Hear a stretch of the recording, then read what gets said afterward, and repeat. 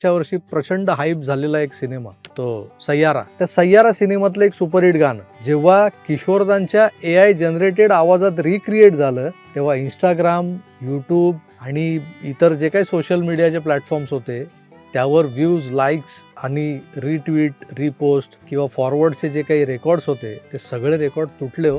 कुठलं गाणं? पास है मेरे पास है ऐसे मेरा कोई. कोट्यावधी लोकांनी ते गाणं ऐकलं. यावरून एकच सिद्ध होतं, आजची तरुण पिढी सुद्धा किशोरदांच्या आवाजाशिवाय अपूर्ण आहे.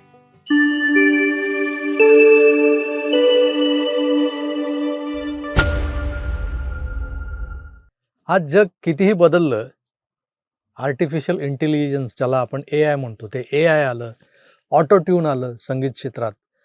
पण एक माणूस असा आहे ज्या माणसाच्या आवाजाला AI सुद्धा कधीच रिप्लेस करू शकलं नाही. होय, अशा एका अलौकिक व्यक्तिमत्वाचा आज वाढदिवस आहे. आज वाढदिवस आहे अशा एका गायकाचा, जो फक्त एक गायक नव्हता तर तो मानवी भावभावनांचा स्वच्छ नितळ असा आरसा होता. या आरशात आपल्याला आपली दुःखही दिसायची, म्हणजे आजही दिसतात, आणि आनंदाचे क्षणही. तो आरसा म्हणजे आसमंत भारून टाकणारा आवाज, अर्थात किशोर कुमार. मित्रो, मला अगदी खरं खरं सांगा, आपलं आयुष्य हे किशोरदांच्या गाण्यांशिवाय पूर्ण होऊ शकतं का? प्रेमात पडलेल्याचा रोमांस फुलायला लागला की त्याला काय आठवतं? तर पल दिल के पास. काही आरंभशुरांचे ब्रेकअप्सही होतात.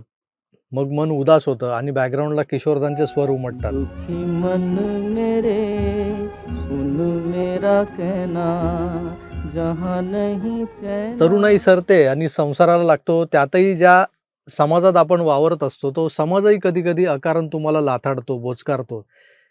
तेव्हा काय वाचतं? तो लोग कहेंगे लोगों का काम. मित्रांसोबतची लॉंग ड्राईव्ह असो किंवा कधी एकटाच निघाला आपल्या मस्तीत, तर काय वाचतं? चल कहीं दूर निकल जाए. माणसाच्या आयुष्यात त्याला पडत्या काळात सांभाळणाऱ्या दोस्ताला आठवतानाही किशोरदांचा आवाजच कानावर पडतो. यारा तेरी यारी को मैंने तो खुदा माना, तेरे जैसा यार कहा. यारा तेरी यारी को मैंने तो खुदा माना.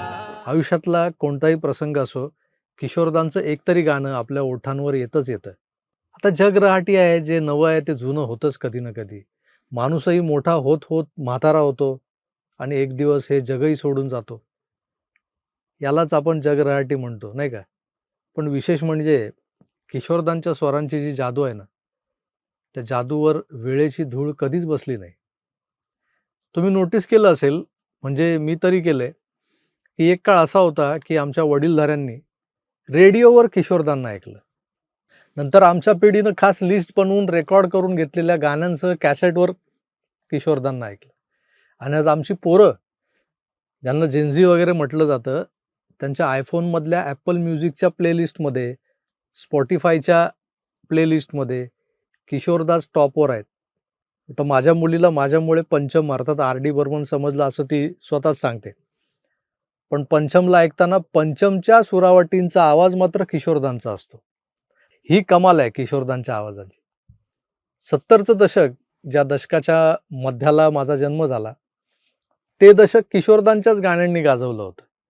पण आमच्या पिढीला गाणं समजू लागलं तेव्हा, म्हणजे 80च्या उत्तरार्धात आणि 90च्या सुरुवातीला, हाच एक आवाज प्रॉमिनंटली कानावर पडत असायचा. तर एवढंच कशाला, मागच्या वर्षी प्रचंड हाईप झालेला एक सिनेमा तो सय्यारा. त्या सय्यारा सिनेमातलं एक सुपरहिट गाणं जेव्हा किशोरदांच्या AI जनरेटेड आवाजात रिक्रिएट झालं तेव्हा इंस्टाग्राम, यूट्यूब आणि इतर जे काही सोशल मीडियाचे प्लॅटफॉर्म्स होते त्यावर व्ह्यूज, लाईक्स आणि रिट्वीट, रिपोस्ट किंवा फॉरवर्डचे जे काही रेकॉर्ड्स होते ते सगळे रेकॉर्ड तुटले. हो. कुठलं गाणं? पास है मेरे पास है ऐसे मेरा कोई. कोट्यावधी लोकांनी ते गाणं ऐकलं. यावरून एकच सिद्ध होतं, आजची तरुण पिढीसुद्धा किशोरदांच्या आवाजाशिवाय अपूर्ण आहे.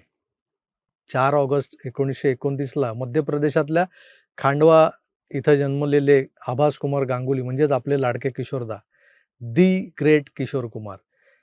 1948मध्ये त्यांनी पहिलं गाणं गायलं आणि 1987मध्ये या जगाचा निरोप घेतला आणि तोपर्यंत त्यांनी संगीताचं एक असं युग निर्माण केलं जे कधीच संपणार नाही. जोवर हे जग आहे त्यात वेगवेगळ्या फॉर्ममधलं संगीत जिवंत आहे, तोवर गाणी नव्यानं बनवली जातील, ऐकली जातील आणि विसरली जातील. तंत्रज्ञान बदलत राहील, पण किशोरदांचा हा अवलिया आवाज आणि त्यांच्या आवाजातले प्रसंगानुरूप बदलणारे भाव प्रत्येक युगात असेच जिवंत राहणार आहेत. अजरामर गायक, अवलिया कलाकार किशोर कुमार यांच्या वाढदिवसानिमित्त त्यांना आठवून त्यांना अभिवादन करणाऱ्या व्हिडिओंच्या मालिकेतला हा एक व्हिडिओ होता. अजूनही येतील. तेव्हा stay tune for Kishoreda the great.